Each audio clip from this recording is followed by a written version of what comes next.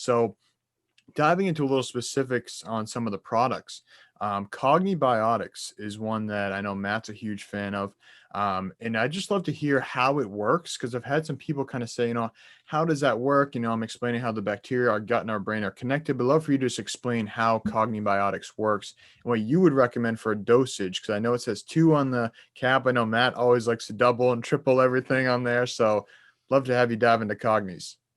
Yeah, it's a great question. So I'm going to go backwards in time, because I always like setting the context and tone of how we get to a product. And there was some great research back in the 1970s. Dr. Linus Pauling, the 2-time Nobel Prize winner who discovered vitamin C, Dr. Abram Hoffer, and Dr. David Hawkins. And they developed what was called orthomolecular psychiatry. And that was training or using super physiological dosages of variety of nutritional supplementation to literally reverse and cure horrific states of psychiatric issues. And the premise of their work was that key nutrient deficiencies or toxin exposure could trigger events like schizophrenia or a variety of conditions. And so they turned the whole world upside down. They were attacked visually, of course, because of the pharmaceutical lobbyists and stuff like that. But again, what emerged out of that was branches of orthomolecular nutrition about using nutrition to treat conditions of health, which Hippocrates 22,000 years ago or whatever said that, hey, you know what? All disease begins in the gut.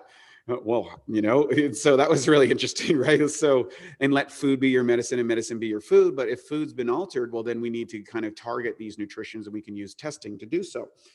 So one of the things that I've noticed is a massive rise in anxiety and depression-based illnesses. In your digestive system, when you eat food, you have to, let's say you want to make the neurotransmitters that make your brain work. So you have to digest your food, particularly proteins. And they go through enzyme breakdown in the upper cardiac portion of the stomach, and then hydrochloric acid comes in, changes the pH. Some get activated, deactivated. Then it goes into the intestinal tract, and various strains of probiotics will then finish that conversion, convert those into the key amino acids, and manufacture, I think something like, over 50%, and in some elements, 95% of key neurochemicals are actually produced in your gut by these bacteria. Right. Now, with a disproportionate rise in anxiety and depression-based illness, I made the case of, wait a second, maybe all these chemicals that we've been eating, or the lack of probiotics in our diets and stuff, people are actually deficient in the essential bacteria that convert the amino acids into the neurotransmitters that make our brain work. Well, let's dive into it. So we got some PhDs in bacteria and biofilm, that's what they do. They look at and study, and what do these do? Where do they produce, and all that stuff.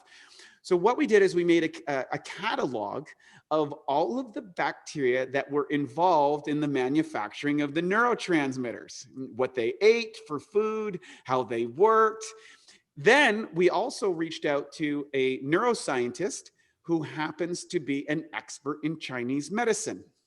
And in Chinese medicine, there was a beautiful thing illustrated by a guy by the name of the strength sensei. You might have heard of him, Charles Poliquin, who coached 27 gold medals in 27 different sports in the who's who of professional athletics before he died untimely a couple of years ago, which was tragic. But what he talked about was the bridge between Chinese medicine and Western. There was never a connection. But what he discovered, it was neurotransmitter dominance. And you can check this out. You can take the Braverman test online and can figure out your neurotransmitter dominance. There's other ways of doing it, but that's a simple and easy way to do it. What that means is that some people are dopamine dominant, some are acetylcholine, some are serotonin dominant, some people are GABA dominant, which indicates oftentimes predispositions for different styles of behavior and psychology. Well, things like serotonin are very key in making yourself feel good and feel happy all the time. And there's about 8 different main neurotransmitters. We can go down there in a minute, but we're going to get back to the gut. If you are lacking some of these key bacteria inside your body, guess what? you can't make those neurotransmitters. So then you go to a diagnosis with a psychologist who's not trained in nutrition, and they say, oh, well, of course you're feeling anxiety, or of course you're having, bipolar or schizophrenic stuff because you don't have these neurotransmitters. We're going to add these drugs into the system. We're going to bring that back in balance. And it's not an exact science. They got to tweak and go back and forth and do the feedback till they get it right and stabilize. And there's nothing wrong with that. I'm not here to condemn that model or put those people down. What I'm saying is they're treating the symptom, not the condition. And it's really hard to understand the condition if you don't know the history of nutrition for the last 100 years, right? You're operating handicapped. So what we said is, let's address that. Let's take the combination. Let's take these herbs that were used in Chinese medicine for thousands of years to treat these conditions that they were talking about, people that would have melancholy or people that would be depressed or be erratic in their behavior. Let's take a combination of those best herbs, and let's marry those to the combination of bacteria that manufacture neurotransmitters.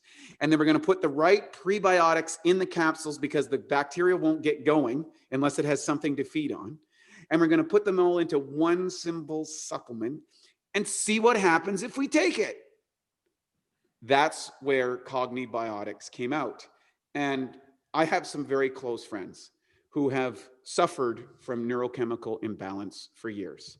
And one of the other aspects of neurochemical imbalance, when you start using pharmaceutical drugs, it also exhausts magnesium extensively in the body. And the magnesium is related to nervous system, neurochemical formation, and the relaxation or excitatory response reduction inside the body. And magnesium is the number one depletion of nutrients inside the soil, as you probably know as a farmer. It's like we just don't have it. We stripped it out.